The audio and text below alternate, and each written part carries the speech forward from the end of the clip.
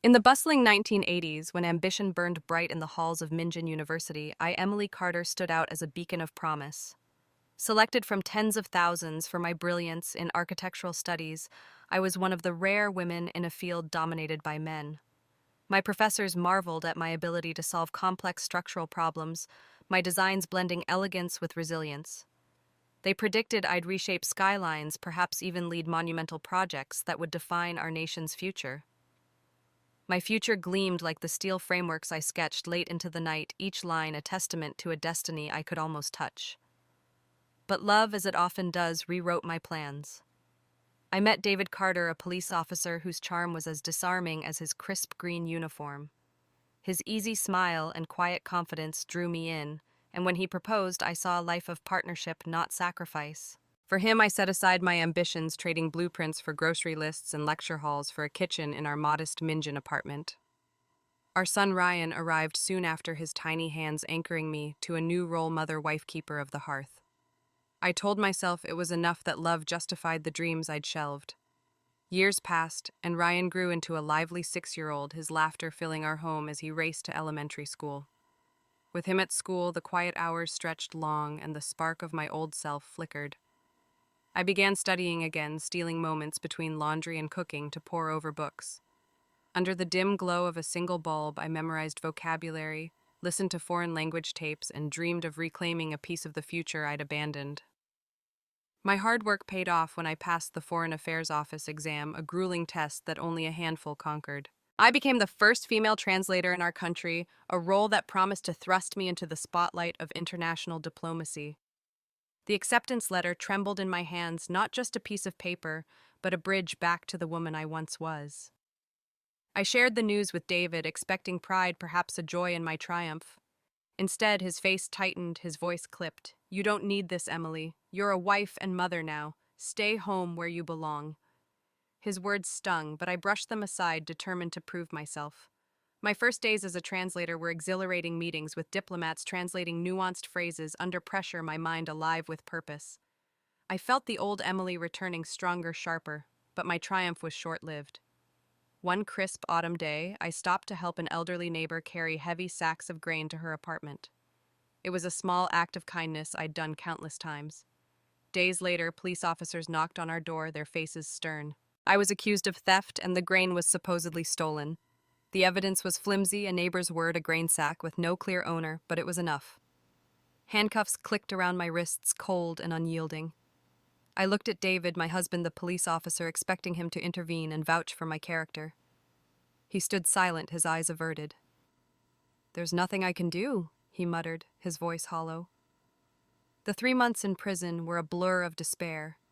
The cell was damp, the air thick with the weight of injustice.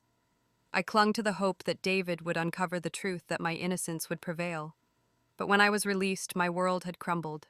My job at the Foreign Affairs Office was gone, given to someone else. My university degree, earned through sleepless nights, was now a meaningless scrap of paper, tarnished by a criminal record I didn't deserve. I returned home hollowed out, expecting comfort from the family I'd sacrificed everything for. Instead, David's voice was cold, his words a blade. "I told you to stay home, Emily. You brought this on yourself. Can't you be a proper housewife? My little boy." Ryan looked at me with eyes I didn't recognize, his small face twisted with disgust. "Your criminal record ruined my life," he said, his voice sharp for a 6-year-old. "How did I end up with a mom like you?" Each word was a wound deeper than the prison bars. I had given up my dreams for them, poured my love into their home, and now they saw me as a failure, a stain. The weight of their rejection pressed against my chest, heavier than any cell door, and I wondered if the brilliant student I'd once been was lost forever. The weight of my family's rejection crushed me heavier than the prison bars that had once confined me. David's cold dismissal, "Can't you be a proper housewife?" and Ryan's venomous words, "Your criminal record ruined my life. How did I end up with a mom like you?" echoed in my mind, each syllable a fresh wound. I was Emily Carter once, a star student destined for greatness, now reduced to a shadow in my home. Depression seeped into my bones, a slow poison that dimmed the world. I died before I turned 40, my heart breaking under the strain of sorrow, my body giving way in a quiet, unremarkable end. As my soul drifted above the funeral hall carried by the faint scent of incense, I lingered invisible among the mourners, desperate for a final glimpse of the family I'd loved. The hall was sparse, the air heavy with formality rather than grief. David stood by the altar, his green police uniform immaculate, his face a mask of indifference. Ryan, barely 6, clung to his leg, his eyes dry but distant. I waited for a tear, a sign of regret, but none came. Then she appeared, Vivian, her polished smile contrasting with the somber room. I'd known her since college. She was a clerk with sharp ambition, but middling talent, always trailing in my shadow. She'd coveted my academic success, her 5th-place ranking on the Foreign Affairs Office exam, a bitter reminder of her limits. Now she stood beside David, her hand brushing his, her presence insulting my memory. As the mourners thinned, David and Vivian lingered by the altar, their voices low but clear to my spectral ears. Vivian said, her tone sweet but calculated, "You're just over 40, you have a long life ahead. When Ryan marries, this house will need a woman to manage it." Her words were a knife twisting in my intangible heart. Not a week had passed since my death, and she was already staking her claim. David's eyes reddened, not with grief for me, but with something else, guilt perhaps, or longing. "You're rising in your career, Vivian, living in the spotlight," he said softly. "I don't deserve you. I'm a divorced man." "Divorced too." Vivian cut in, gripping his hand. "Don't put yourself down. If it weren't for your plan to send Emily to prison and get her fired, I wouldn't have my position at the Foreign Affairs Office." Her words hit me like a thunderbolt. My soul trembled, the truth unraveling in cruel clarity. David had orchestrated my imprisonment, framing me for theft to clear the path for Vivian's ascent. The grain sack incident and the neighbor's accusation were no accident. He'd used his authority as a police officer to ensure my downfall, handing my hard-earned translator role to Vivian, who'd never have qualified otherwise. David pulled his hand away, his voice low. "I just wanted Emily to stay home, to stop chasing nonsense. She used my connections to get that job anyway. I was only returning it to its rightful owner." His lie stung worse than the betrayal itself. I'd earned my place through sleepless nights and relentless study, not his influence. Vivian, 5th on the exam list, had relied on his favoritism to steal what was mine. My professor had warned me not to announce my acceptance publicly, but I trusted David, hoping he'd share my pride. Instead, he'd set the trap that destroyed me. Then Ryan pushed open the door, his small frame hesitant but purposeful. I stared at him, my heart aching for the son I'd raised, hoping he'd demand justice for his mother. But his face showed no anger, only urgency. "Dad, say yes to Aunt Vivian," he said, his voice earnest. "I've wanted her as my mom for a long time. Mom only knew how to stay home and enjoy life. Aunt Vivian's amazing." His words shattered me. Ryan had known the truth, his father's betrayal, Vivian's theft, and still chose them, swayed by their promises of status and security. To him, I was a worthless mother, replaceable by Vivian's charm and ambition. My soul screamed in agony, the pain of betrayal sharper than death. As a spirit, I couldn't ask why or demand answers. I could only watch as David and Vivian exchanged glances, their alliance sealed over my cold body. Ryan's materialistic choice, his rejection of the mother who'd sacrificed everything, bent me over in anguish. Was this life worth it, I thought, as my awareness faded, the incense smoke curling around me like a final goodbye. But then light. I opened my eyes, reborn, my heart pounding and a body alive again. It was the day before the Foreign Affairs Office exam, the moment before my life had unraveled. The revelations of my funeral burned in my mind, David's scheme, Vivian's opportunism, Ryan's betrayal. This time, I wouldn't let them define me. I wouldn't be the housewife they demanded, the scapegoat they discarded. My hands shook as I reached for the phone, the weight of a second chance settling over me. I was Emily Carter, and I would rewrite my story not for them, but for the woman I was meant to be. My eyes snapped open, the world sharp and vivid, as if I'd been jolted awake from a long, suffocating dream. It was the day before the Foreign Affairs Office exam when my past life began to unravel. The revelations from my funeral burned in my mind, David's calculated betrayal framing me for theft to secure Vivian's career, Vivian's smug ambition stealing my translator role, Ryan's childish choice to side with them for a promise of status. The pain of their rejection lingered, a dull ache in my chest, but a fierce clarity overshadowed it. I was Emily Carter, reborn, and this time I wouldn't let their expectations cage me. I wouldn't be the housewife they demanded, the scapegoat they discarded. My life was mine to reclaim. I reached for the phone, my hands trembling not with fear but with purpose. I dialed Professor Molly, my Minjin University mentor, whose encouragement once fueled my architectural dreams. He was preparing to lead the Changhai Dam project, a monumental effort to tame the Changhai River. This beast flooded villages yearly, claiming thousands of lives and leaving devastation in its wake. I knew from my past life that next year, during construction, a catastrophic flood would sweep away countless engineers, including Professor Molly, a loss that had haunted me even in death. I could change that fate for him and the millions who depended on the dam's success this time. Professor, I said, my voice steady, I want to join the Changhai Dam project. I'm ready to contribute to the country. There was a long pause, the line crackling with his surprise. Emily Carter, he replied, his tone solemn. You have a husband and a young son. This project demands everything years away from home, complete confidentiality. You may not contact your family for decades. Are you sure? I gripped the phone, my resolve hardening. I'm willing to dedicate everything I've learned to serve my country. I'll follow all protocols and cut off all outside contact until the dam is complete. Sensing my determination, Professor Molly's voice softened. You were my most outstanding student, Emily, but you've been a housewife for years. The Changhai Dam is a national priority designed to protect millions from floods that destroy homes and livelihoods. It's grueling, high-stakes work. Are you up to the task? I swallowed, memories of my past brilliance, flashing nights spent sketching dam designs, solving equations under pressure. Please give me a chance, I said. I'll pass any test the organization requires. He relented, promising further instructions, and I hung up, a spark of hope igniting within me.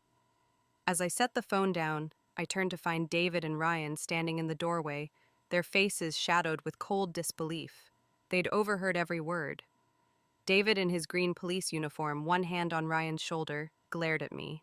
Emily Carter, he said, his voice low and biting. First it's the translator job, now it's building a dam. What are you doing this for? You're just jealous of Vivian. Can't you stop stirring trouble and be a housewife? His words echoed my past life when I'd crumbled under his demands, sacrificing my dreams to keep his home. Ryan's small face mimicked his father's scorn, his eyes accusing. You're embarrassing us, Mom. I'd have faltered in my past life, pleaded for their understanding. But now the truth of their betrayal fortified me. I met David's gaze, my voice calm but unyielding. I'm not inferior to anyone, David. I'm not doing this to compete with Vivian or anyone else. I'm joining the dam project to use my skills for something greater than this house. David's eyes widened, a flicker of shock breaking his composure. He scoffed, masking his unease. Keep talking tough, Emily. When this falls apart, don't come crying to us. Ryan tugged at his father's sleeve, his voice sharp. If you leave, Dad and I will be okay with Aunt Vivian. You'll see. Their words stung, but they no longer held power over me. I saw David for what he was, a man who'd framed his wife to please another woman. And Ryan, my son, was a child swayed by his father's promises, not yet old enough to understand loyalty. My heart ached for the boy I'd cradled, but I couldn't stay in a home that devalued me. The Changhai Dam project was more than a job. It was a chance to save lives, honor the student I'd been, and rebuild the future I'd lost. I turned away from them, my mind already on the equations and blueprints awaiting me. I would live for myself this time, and no one would pull me back. The echo of David's scorn, "You're just jealous of Vivian, be a homemaker," and Ryan's childish threat. "We'll be fine with Aunt Vivian," rang in my ears as I stood in our cramped Minjin apartment. Those words had broken me in my past life, chaining me to a role that erased my dreams. But reborn, I saw them for what they were. Attempts to keep me small, to preserve a home that thrived on my sacrifice. David, my husband, had framed me for theft to hand my translator job to Vivian, his childhood sweetheart. Ryan, only 6, mimicked his father's disdain, swayed by promises of a shinier life. Their betrayal, revealed at my funeral, fortified me now. I wouldn't beg for their approval. I was once a star student, Emily Carter, and I would reclaim my future. I turned from their cold stares, my resolve like steel. "I'm not staying," I said, my voice steady. "I'm enrolling at Minjin University to study dam engineering. The Changhai Dam project needs me, and I need it." David's face darkened, his hand tightening on Ryan's shoulder. "You're abandoning us for some fantasy. You'll fail, Emily, and we won't be here when you do." Ryan's small voice piped up sharp and accusing. "If you leave, Mom, we don't need you. Aunt Vivian's better anyway." My heart clenched. Ryan's words cut, not because I doubted myself, but because I saw a confused child parroting his father's cruelty too young to grasp the weight of his choice. I packed a small bag with books and essentials, ignoring the ache of leaving the home I'd built. As I stepped outside, neighbors in the housing compound called out their voices laced with gossip. "Emily, where are you off to? There's a deal on beef at West Market. Don't you need to cook for that rascal of yours?" I smiled politely, my mind already elsewhere. "Thanks, but I have work to do from now on." Their eyes widened, whispers trailing me. "She's leaving the cooking. David's a man, how will he manage?" I didn't look back. In my past life, I'd been consumed by pots and pans, my worth tied to meals and chores. Now I boarded the shuttle to Minjin University, the engine's hum drowning out their chatter. The campus was alive with the energy of youth students laughing, debating their futures unwritten. I blended among them, my heart stirring with a forgotten fire. At 30, I was older, my hands rough from years of housework, but my mind was sharp, eager to reclaim the brilliance I'd once known. I slipped into a lecture hall where Professor Molly discussed structural dynamics. His eyes flickered with surprise as I took a seat, then softened with quiet pride. "Welcome back, Emily," he said after class, his voice warm. "You're auditing my lectures," I nodded. "Not just auditing, Professor. I'm here to learn to prepare for the Changhai Dam."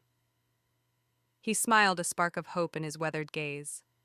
Days became a blur of lectures and library hours.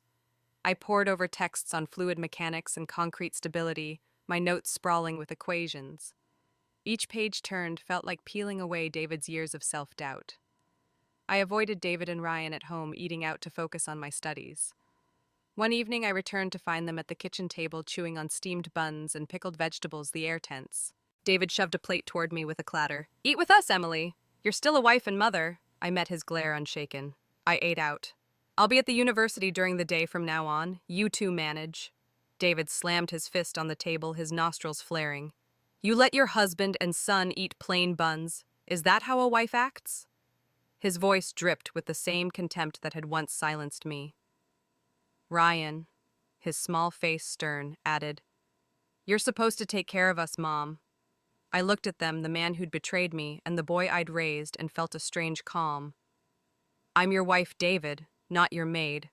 I'm allowed a life beyond this house." His jaw tightened, rage simmering, but he had no reply. Ryan's eyes flickered with confusion, a hint of fear beneath his bravado, as if sensing the shift in me. I turned away my thoughts on the Changhai Dam, a project to tame a river that ravaged villages, a chance to save lives, including Professor Molly's, who I knew would die in next year's flood without my help. David and Ryan saw me as replaceable, a cog in their domestic machine, but I was done living for their approval. As I stepped into the night, the campus lights in the distance, I felt the weight of my past life lifting. I was no longer just a housewife. I was Emily Carter reborn, and my path led forward, not back to the home that had broken me. The hum of Minjin University's lecture halls had become my sanctuary, each equation and blueprint a step away from the home that had once defined me.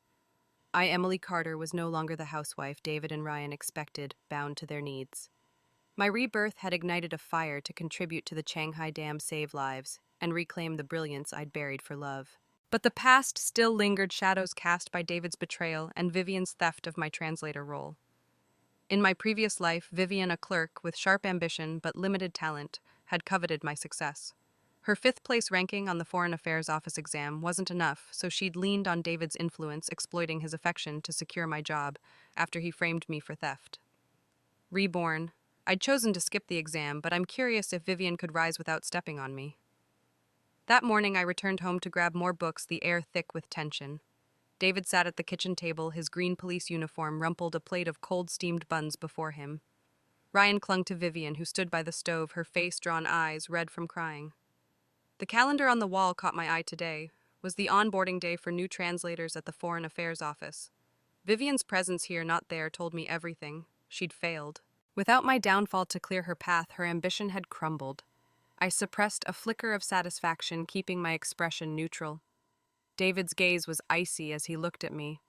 "At least Vivian dared to try for the translator job," he said, his voice sharp. "Unlike you, I'm chickening out and wandering."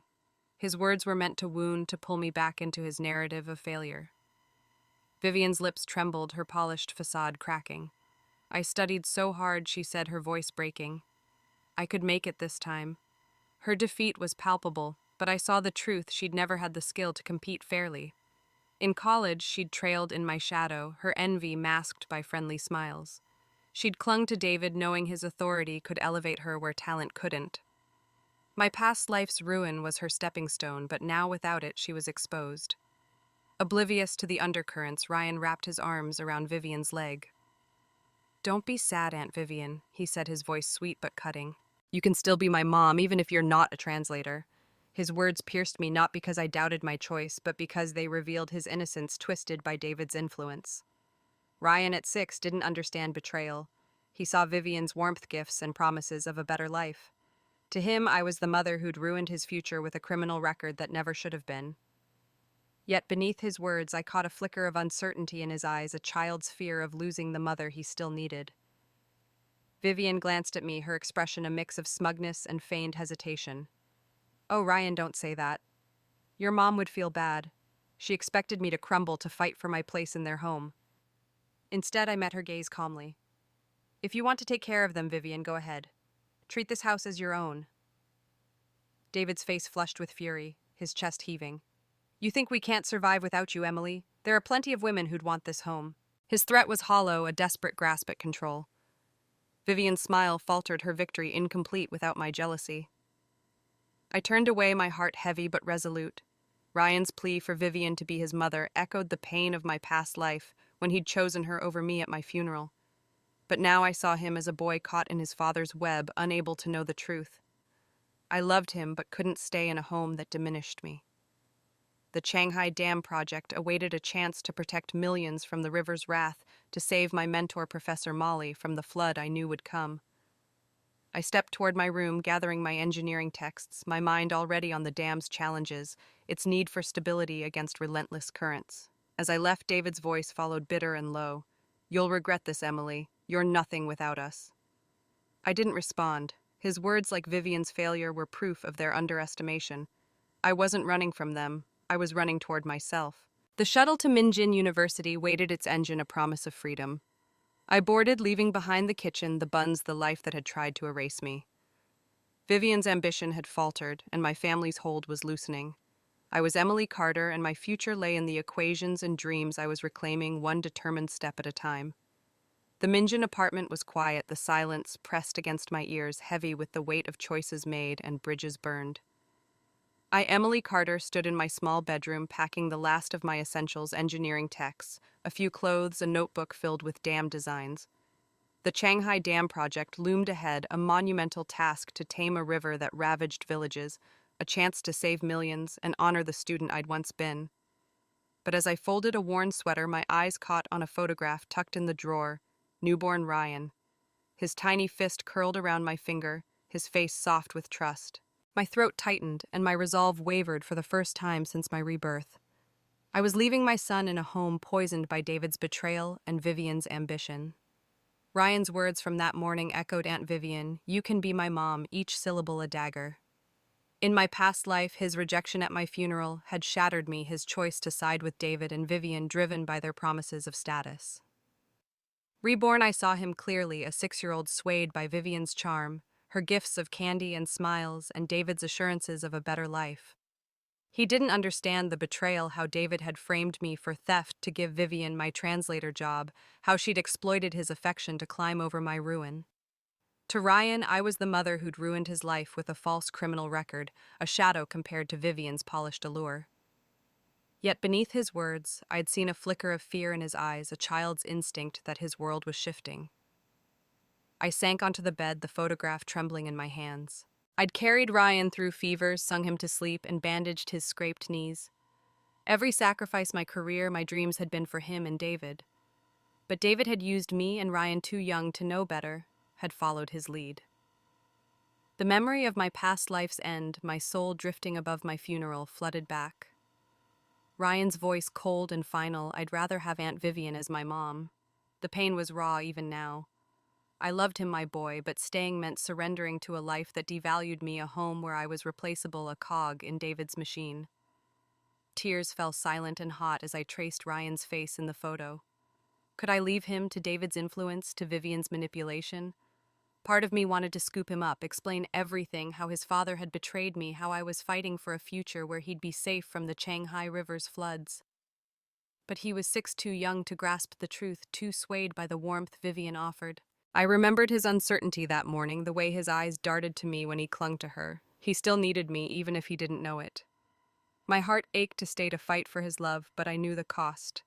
Staying meant losing myself again, becoming the housewife David demanded, the mother Ryan scorned. I wiped my eyes, setting the photograph down. The Changhai Dam wasn't just a project, it was a lifeline for me, for the millions it would protect for Professor Molly, who I knew would die in next year's flood without my intervention. I'd studied the river's patterns, its relentless currents that swept away homes. My designs could make the dam resilient, a shield for generations, including Ryan's. Leaving him was the hardest choice I'd ever made, but it was the only way to show him someday that his mother was more than a failure. I'd build something greater than a home, a legacy outlasting David's lies. I packed the photo, a quiet promise to carry Ryan in my heart. As I zipped my bag, David's voice came from the doorway, low and bitter. "You're doing this, Emily, leaving us for some dam." Ryan stood beside him, his small face torn between anger and confusion. I met their gazes, my voice calm. "I'm leaving David. As a mother, I'll send child support for Ryan, but I'm done living for your approval." David's jaw tightened, a flash of panic in his eyes. "You'll regret this," he said. Ryan's lip quivered, but he said nothing, his silence louder than his earlier words. I stepped past them, my bag slung over my shoulder. The apartment once my world felt small, suffocating. Outside, the night air was crisp, the stars above Minjin University calling me forward. I was Emily Carter reborn, and though my heart bore a mother's silent pain, I walked toward a future where my worth wasn't tied to their love. The dam awaited, and with it a chance to rebuild not just a river's course but my own. The lecture halls of Minjin University buzzed with ideas, a stark contrast to the suffocating silence of the home I'd left behind. Emily Carter, had walked away from David's demands and Ryan's rejection, their voices calling me a failure, urging me to stay, a housewife fading with each step toward my new path. The Changhai Dam project, a national effort to tame a river that flooded villages yearly, claiming thousands of lives, was my purpose now. I knew from my past life that next year's catastrophic flood would kill countless engineers, including my mentor, Professor Molly. Reborn, I was determined to prevent that tragedy, to use my skills to build a dam that would stand as a shield for generations, including my son Ryan, whom I still loved despite his betrayal.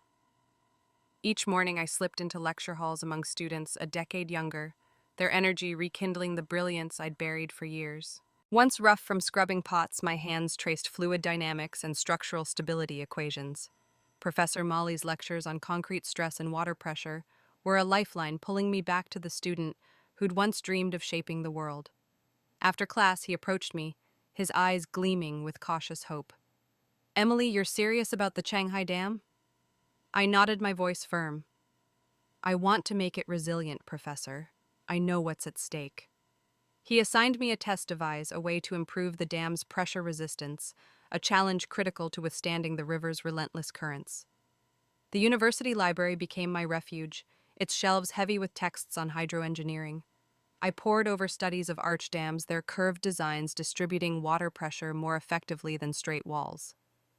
Late into the night, I scribbled calculations modeling how U-shaped structures could channel floodwaters safely.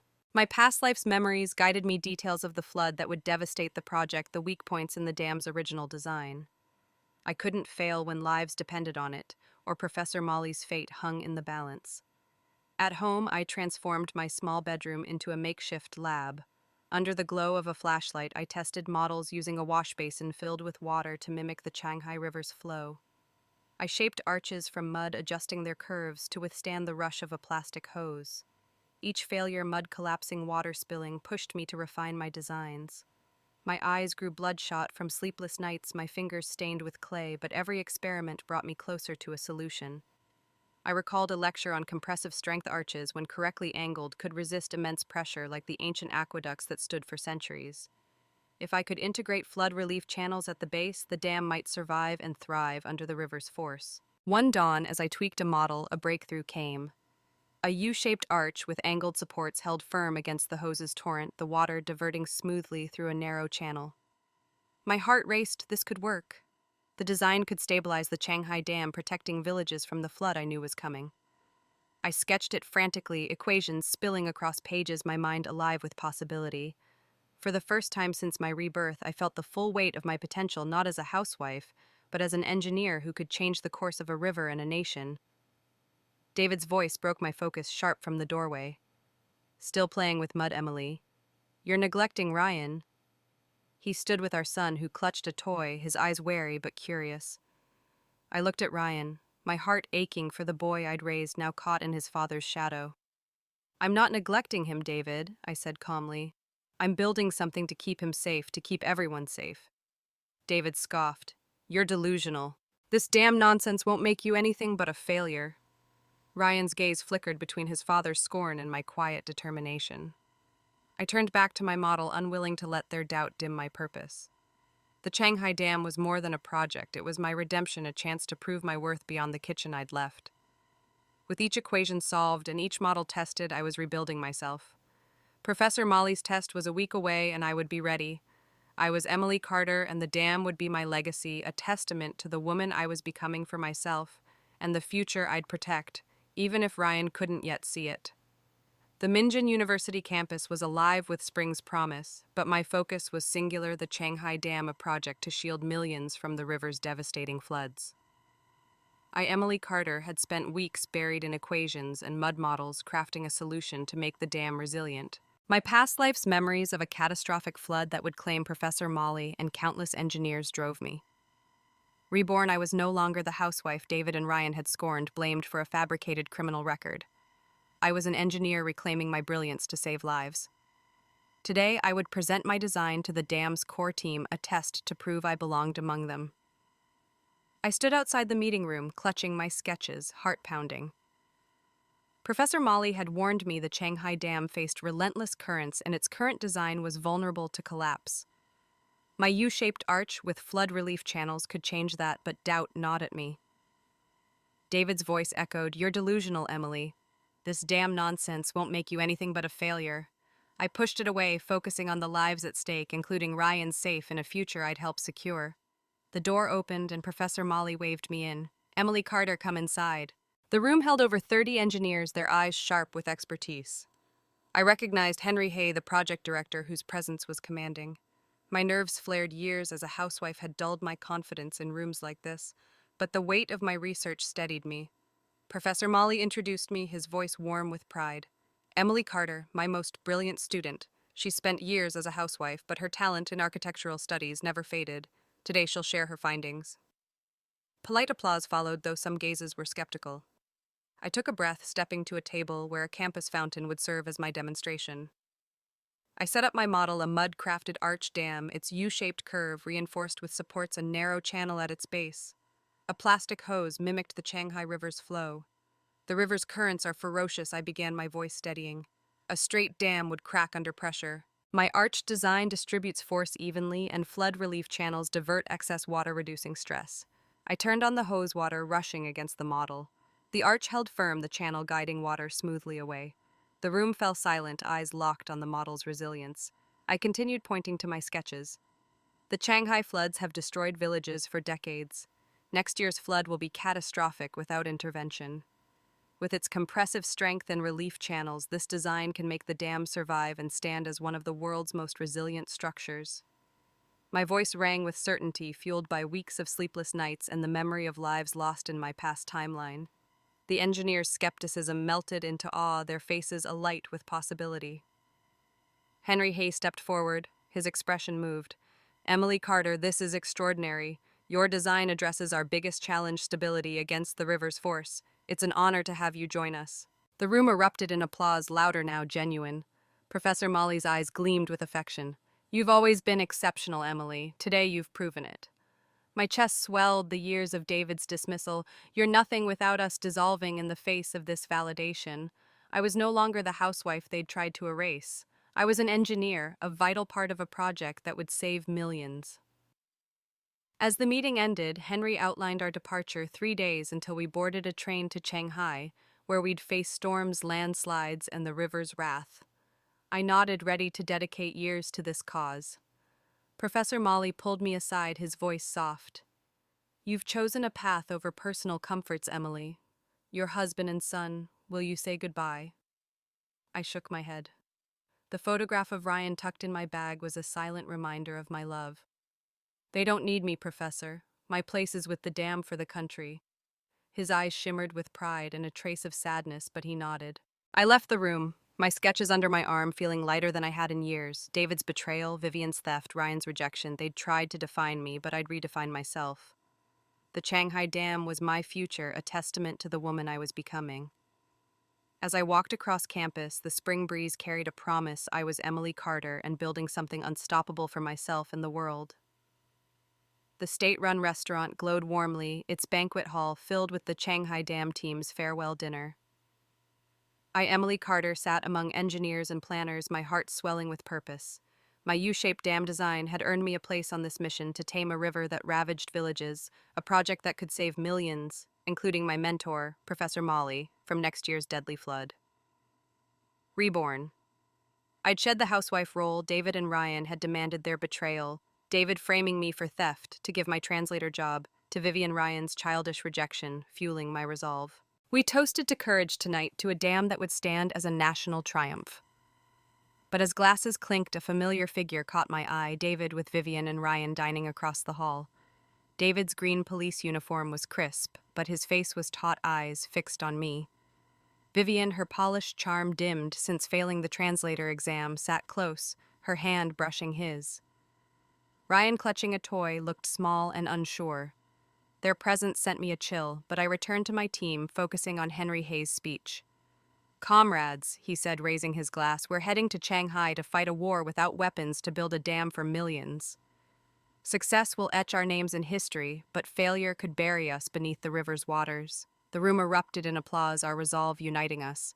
I raised my glass, ready to give everything, even my life, for this cause. Then David stood striding toward our table, his face pale but determined. Vivian's eyes widened, a flash of panic crossing her features. Ryan trailed behind, his gaze flickering between his father and me. The room hushed as David stopped before me, his voice cold. Emily Carter, you're my legal wife. You can't abandon your husband and son to run to Shanghai without my permission. Laced with authority, his words hung in the air, a desperate attempt to reclaim control. My team's eyes turned to me, shock rippling through them. I met David's stare, my voice calm. I'm not abandoning anyone, David. I'm choosing my path. Before I could say more, Professor Molly rose, his weathered face stern. David Carter, he said, his voice cutting through the silence, you speak of duty, yet you framed your wife to give her job to another woman. You carry on an improper relationship while demanding that Emily stay home. Polygamy isn't legal, and your actions are a disgrace. Gasps swept the room, diners and colleagues whispering, their eyes shifting to Vivian with contempt. Her ambition and reliance on David's influence to steal my translator role were laid bare. In college, she'd envied my success, her fifth-place exam ranking fueling her bitterness. Her failure to secure the job without my downfall exposed her inadequacy.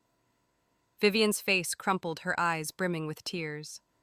With a sharp cry, she fled the restaurant, her heels clicking against the floor. Ryan, confused, ran after her, calling Aunt Vivian. His voice, tinged with panic, tugged at my heart. He was 6, drawn to her warmth, her gifts, not understanding the betrayal she'd built with David. I saw his fear, a child caught in adult games, but I couldn't let it pull me back. David's fists clenched, his knuckles white. You've ruined her, Emily, he spat, his voice trembling with rage. You accused us of having an affair in front of everyone and destroyed her reputation. Are you satisfied? I stood, my gaze steady. I said nothing about an affair, David.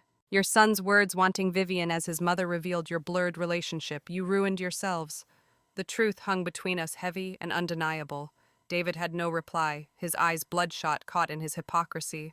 The room's whispers grew louder, snide comments cutting through the air. Shameful, someone muttered. Using his wife like that. David's face paled further, his control slipping. He turned, chasing after Vivian and Ryan, his steps heavy with defeat. Professor Molly placed a hand on my shoulder, his touch gentle. He said softly that he understood why he hadn't told his family about Shanghai. You don't need their consent to be who you are. I forced a smile, the weight of Ryan's absence pressing against me. I refused to degrade myself in that home any longer, I said. The banquet resumed, but my mind lingered on Ryan's fleeing figure, his small voice calling for Vivian. I loved him, but couldn't stay in a place that diminished me. The dam awaited a chance to build something greater than the family that had betrayed me. I was Emily Carter, and tonight I'd proven my worth not just to my team, but to myself. The hostel room was dim lit only by a single lamp casting shadows on my packed travel bag. Emily Carter, was hours from boarding the train to Changhai, where I'd joined the dam project to tame a river that ravaged villages, a mission to save millions, including my mentor, Professor Molly, from next year's deadly flood. Reborn. I'd shed the housewife role David and Ryan had demanded their betrayal, David framing me for theft to give my translator job to Vivian, Ryan's rejection for her false promises fueling my resolve. The public shaming at the banquet where Professor Molly exposed David's hypocrisy had severed the last ties to my old life. But as I checked my bag, a loud knock shattered the quiet. I opened the door to find David, his face, stormy eyes blazing with rage. Ryan stood behind him, clutching a toy, his small face torn between fear and defiance. "What are you doing here?" I asked, startled. David's brows furrowed. "I'm here to take you home to care for Ryan. I've got patrol duty tomorrow. I can't deal with him." His voice dripped with entitlement, as if I were still his to command. I stepped forward, blocking the doorway. "I don't have time, David. Drop him off with Vivian. She'd be happy to help." His face twisted. "You humiliated us at the banquet and caused a scandal. She won't come near us now, thanks to you." I laughed, cold and sharp. "Humiliated you," Ryan's words, wanting Vivian as his mother exposed your blurred relationship. "You and Vivian ruined yourselves." David's gaze fell to my bag, his sneer returning. "Packed already. You're pretending, Emily. You applied for that translator job, then this nonsense to get our attention. You'll come crawling back." His arrogance, unchanged from my past life, was almost laughable. I met his eyes, my voice calm as stone. "Let's divorce, David." The words slipped out light as air, but they struck him like a blow. He froze his pupils still, as if the word divorce was a foreign language. "You said it," he finally muttered, his voice low. "Don't regret this." He stormed out, slamming the door, Ryan trailing silently, his eyes wide with confusion. I stood still, the weight of years lifting. Divorce wasn't a threat, it was freedom. I slept soundly that night, my heart unburdened for the first time in years. At 5:30 a.m., I joined the Changhai team outside the hostel, our bags ready for the Minjin train station. The platform buzzed with noise travelers crowding the tracks. I scanned the city I'd spent decades in, knowing I'd never return, not even after the dam was built.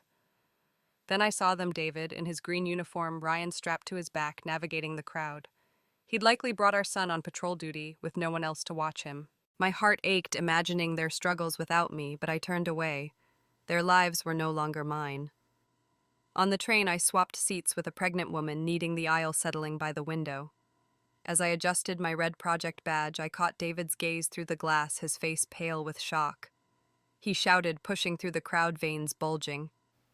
"Emily Carter, what are you doing on that train?" "Where are you going?" Ryan's voice broke through, heart-wrenching. "Mom, don't go." "I was wrong. I'll behave, I promise." His sobs tore at me, a child's plea from the boy I'd loved. In my past life, he'd chosen Vivian's false warmth over me, but now his pain was real.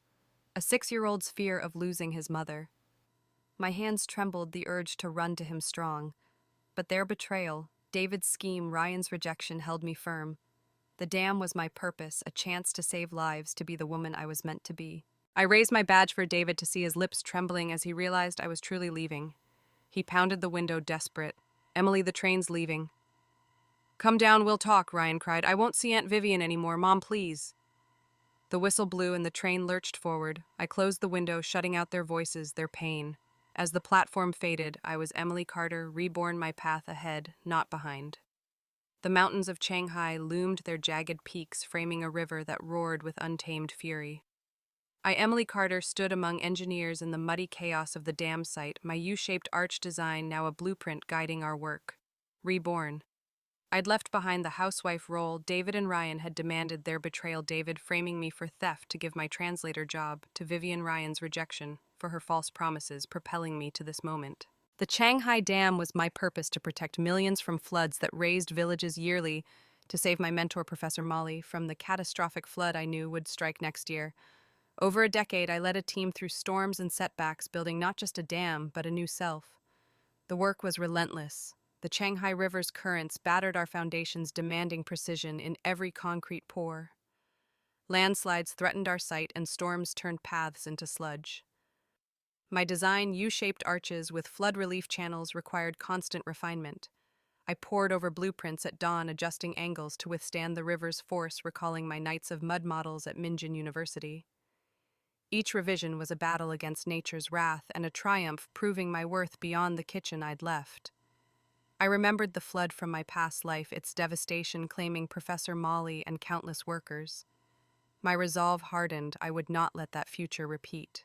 On a rain-soaked morning, I stood with Henry Hay, the project director, inspecting a completed arch. "Your design is holding, Emily," he said, his voice gruff with respect. "The relief channels are diverting pressure exactly as you predicted." I nodded my eyes, tracing the structure, its curves a testament to equations solved under a flashlight. The dam wasn't just concrete, it was a shield for villages downstream, for families like the one I'd left. I thought of Ryan now, 7 safe from the floods my work would prevent. Though I'd closed the train window on his cries, my love for him fueled me, a silent promise to protect him from afar. Challenges mounted. A near collapse during a monsoon tested our morale, but I rallied the team, sketching emergency supports under flickering lanterns. I told them we're not just building a dam, we're rewriting history for millions. My words, born from my past life's knowledge, inspired them. Professor Molly, his hair grayer now, watched me with pride. "You've surpassed every expectation, Emily," he said. "You're not just my student, you're a leader." His words erased David's scorn. "You're nothing without us replacing it with a truth I'd earned." After 12 grueling years, the Changhai Dam stood complete, its arches gleaming under the sun. At the opening ceremony, I cut the ribbon, my hands trembling with awe. The dam was a marvel, named one of the most incredible feats of modern infrastructure, and its flood relief channels ensure resilience against the river's worst. The flood I'd foreseen never came. My design had saved Professor Molly and countless others. Crowds cheered, their voices carrying across the valley. I was awarded medals, my name etched in textbooks, as the first woman to lead a high-risk hydroengineering project in our country. Universities invited me to speak, and the National Science and Technology Bureau offered me a position. Standing on a stage, addressing young engineers, I shared my journey, not the betrayal, but the rebirth. I said every challenge is a chance to build something greater, my voice steady. The dam was more than concrete. It was my legacy, proof that I was more than the housewife David had tried to confine. I thought of Ryan now, a teenager somewhere in Minjin. I'd sent child support monthly, but I hadn't seen him since the train station, his sobs echoing in my memory. My heart ached, but I'd chosen a path that made me whole, one that protected him in ways he might never know. As I walked the dam's crest, the river now tamed below, I felt a peace I'd never known in my past life. The mountains stood silent witnesses to my transformation. I was Emily Carter, a pioneer, a leader, a woman reborn.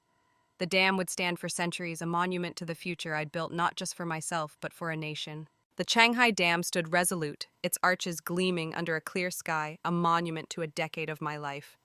I, Emily Carter, had led its construction, taming a river that once ravaged villages, saving millions, including my mentor, Professor Molly, from the flood I'd foreseen in my past life. Reborn, I'd left behind the housewife role David and Ryan had demanded, their betrayal, David framing me for theft to give my translator job, to Vivian Ryan's rejection for her false promises, propelling me to this moment. My name was in textbooks, and my medals were a testament to being the first woman to lead a high-risk hydroengineering project. I stood on stages, not scaffolds, speaking to young engineers, my voice carrying the weight of a legacy built from ashes. Yet as I walked the dam's crest, the river's quiet flow below my thoughts drifted to Minjin, to the family I'd left. The train station farewell 12 years ago lingered, Ryan's sobs, "Mom, don't go," and David's desperate pleas as I closed the window. Despite his childish choice to side with Vivian, I loved Ryan, my son swayed by her gifts and David's influence. At 6, he hadn't understood the betrayal, only the allure of a shinier life. I'd sent child support monthly, a silent vow to care for him, but I'd never returned. The dam was my home now, its concrete curves, my family, its purpose, my heart. One evening, in my modest Changhai quarters, a letter arrived, the handwriting shaky but familiar. Ryan, now a teenager, had written. "Dear Mom," it began. I know what Dad did and how he framed you for Aunt Vivian. I was wrong to choose her. I'm sorry. His words, raw with guilt, spilled across pages recounting how he'd learned the truth. David's career had crumbled under investigations into his abuse of authority, his role in my imprisonment exposed. Vivian, her ambition unfulfilled after failing the translator exam, grew tired of playing stepmother. She'd left her sweet smiles fading when David could no longer offer status. Ryan, left with a broken father, had seen my name in headlines, Emily Carter, national hero, and felt the weight of his choice. Tears fell as I read, my heart aching for the boy I'd cradled. His regret was honest, a teenager grappling with the pain he'd caused. In my past life, his rejection at my funeral. I'd rather have Aunt Vivian had broken me. I saw a child misled his love for me, buried beneath confusion. I wanted to write back and tell him I'd never stopped loving him, but I wrote down the letter. Replying meant reopening a wound I'd closed to become whole. The dam had rebuilt me, its challenges, landslides, monsoons, relentless currents forging a strength David could never diminish. I was enough alone. David's fate reached me through whispers from Minjin. Without me, his life unraveled. Vivian's departure left him isolated, his pride shattered by his stalled career. He lived in a small apartment, his days spent staring out windows, waiting for a wife who'd never return. I felt no satisfaction, only a quiet pity. He'd framed me to keep me small, to elevate Vivian, whose envy of my college success had driven her to steal my job. Her failure without my downfall proved her limits, and David's complicity cost him everything. Their story was a shadow fading against the light of my own. I never remarried. Love, once my world with David, had taught me that sacrifice could destroy as much as it built. I was whole alone, my heart filled by the damn speeches to students and the knowledge that my work protected millions, including Ryan. Standing on a university stage, I spoke of resilience, of building from ruin. I told them, "You are never just one thing," my voice steady. "You can become more than your past."